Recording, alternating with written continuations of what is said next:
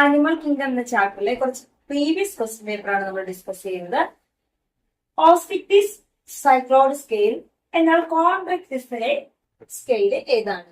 നമുക്കറിയാം ഓസ്റ്റിക്ടിസിൽ cycloid of ctenoid scale ആണ്. കോൺട്രാക്റ്റിസിൽ കാണപ്പെടുന്ന സ്കെയിലുകളാണ് placoid scale. Next question. A shark has to swim continuously unlike a sardine. Give reason. അതായത് സാർഡിൻ എന്ന് പറഞ്ഞാൽ ചാളയാണ് കേട്ടോ, മത്സ്യം. അപ്പൊ ഒരു ഷാർക്കിനെ സംബന്ധിച്ചിടത്തോളം അത് കണ്ടിന്യൂസ്ലി ഇങ്ങനെ സ്വിം ചെയ്യുകയാണ്. ഒരു ചാള എന്ന് പറയുന്ന ഒരു ആനിമലുമായിട്ട് കമ്പയർ ചെയ്യുകയാണെങ്കിൽ എന്താണ് ഇതിന്റെ കാരണം? അപ്പൊ ഇത് രണ്ടും രണ്ട് വിഭാഗത്തിൽ വരുന്ന ജീവികളാണ്.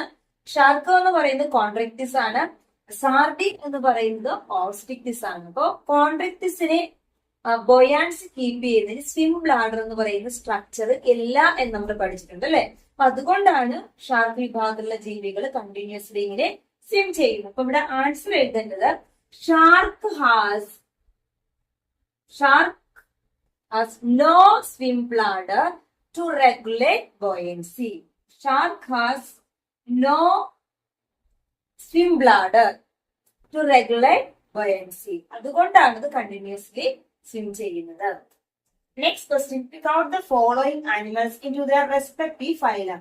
ഇവിടെ കുറച്ച് ജീവികളുടെ പേര് തന്നിട്ടുണ്ട്. എന്നിട്ട് ഇവര് വരുന്ന ഫൈലം ഏതാണെന്നാണ് ചോദിച്ചിരിക്കുന്നത്.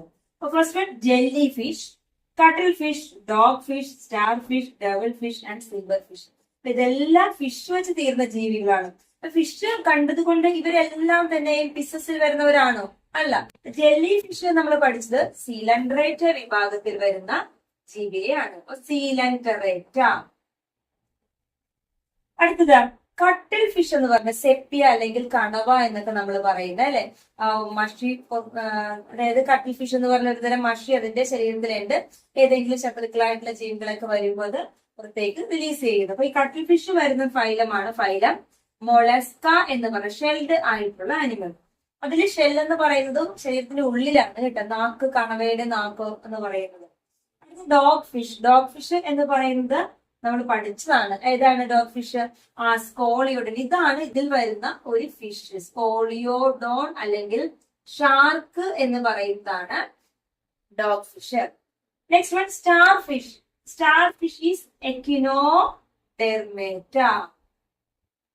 വാട്ടർ വാസ്കുലർ സിസ്റ്റം ഉള്ള സ്പൈനി ബോഡിയുടെ ആയിട്ടുള്ളത്. Devil fish.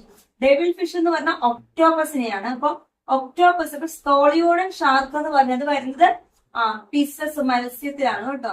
ഇവിടെ നമ്മൾ മത്സ്യം എന്ന് എഴുതണം. തന്നിരിക്കുന്നതിൽ ഒരു മത്സ്യമേ ഉള്ളത് ഡോഗ് ഫിഷ് ആണ്.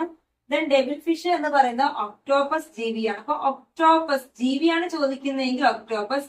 ഇത് വരുന്ന ഫൈലം മൊളസ്ക, ഷെൽഡ് ആയിട്ടുള്ള ആനിമൽ ആണ്. Then silver fish. Silver fish എന്ന് പറഞ്ഞാല് ഇതൊരു ഇൻസെക്ട് ആണ്. അപ്പൊ ഇൻസെക്റ്റുകളൊക്കെ വരുന്നത് ഫൈലം ആർത്രോപോഡയിലാണ്. ഫോളോയിങ് നിങ്ങൾ ജീവികളുടെ പേര് തരും, ഇപ്പോഴത്തെ ഫൈലം നമ്മൾ കണ്ടുപിടിക്കണം. തന്നിട്ടുണ്ടാവും, മാച്ച് ചെയ്താൽ മതിയാകും. അല്ലാന്നുണ്ടെങ്കിൽ ജീവികളുടെ പേര്, അവയുടെ ഏതെങ്കിലും ഓർഗൻസുകൾ, എക്സ്പിറേറ്ററി ഓർഗനോ റെസ്പിറേറ്ററി ഓർഗനോ അങ്ങനെ എന്തെങ്കിലും തന്നിട്ടുണ്ടാവും, അത് തമ്മിൽ മാച്ച് ചെയ്യുന്നു. അപ്പൊ ഇവിടെ ചെയ്യേണ്ടത് ഫൈലങ്ങളുടെ പേരാണ് നിങ്ങൾക്ക് തന്നിരിക്കുന്നത്. ഞാൻ ഇവിടെ എഴുതിയിട്ടില്ല, പക്ഷെ അത് കറക്റ്റ് ആയിട്ട് എഴുതുക. അപ്പൊ ഹിറുഡിൻ എന്ന് പറയുന്ന ഫൈലം അല്ലെ. ഹിറുഡിൻ എന്ന് പറയുന്നത് ഹിറുഡിനേറിയ എന്ന് പറഞ്ഞ ലീച്ച് പ്രൊഡ്യൂസ് ചെയ്യുന്ന കെമിക്കലാണ് അല്ലെ. അപ്പൊ ലീച്ച് എന്ന് പറയുന്ന റിംഗ് ആയിട്ടുള്ള ഒരു വേർമാണ്. അനലിഡ വിഭാഗത്തിൽ വരുന്ന ജീവിയാണ് ലീച്ച്. അപ്പൊ ഫൈലമാണ് മാച്ച് ചെയ്യേണ്ടത്. നമുക്ക് എഴുതാം phylum annelida. Next radula. Radula എന്ന് പറയുന്ന ഒരു റാസ്പിംഗ് ഫീഡിംഗ് ഓർഗൻ ഉണ്ട് എന്ന് പഠിച്ചു. Phylum mollusca. ഫൈലം ഷെൽഡ് ആയിട്ടുള്ള ആനിമൽ ആണ് മൊളസ്ക. Then cnidoblast. നിഡോബ്ലാസ്റ്റ് സെല്ലുകൾ കാണപ്പെടുന്ന phylum cnidarians. Okay. Then flying cells, flat worms ആയിട്ടുള്ള പ്ലാറ്റിഹെൽമിന്തസ്. പ്ലാറ്റിഹെൽമിന്തസ് പരന്ന വിരകളിൽ കാണപ്പെടുന്ന എക്സ്ക്രീറ്ററി ഓർഗൻ. Malpighian tubules.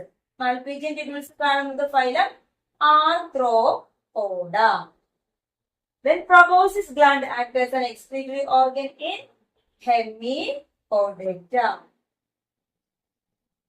ഫൈലവും അവയിൽ വരുന്ന ജീവികളും എക്സ്ക്രീറ്ററി ഓർഗൻസ് നന്നായിട്ട് പഠിക്കുക. ഇത് എല്ലാ വർഷവും പരീക്ഷയ്ക്ക് ചോദിക്കുന്ന ഭാഗമാണ്.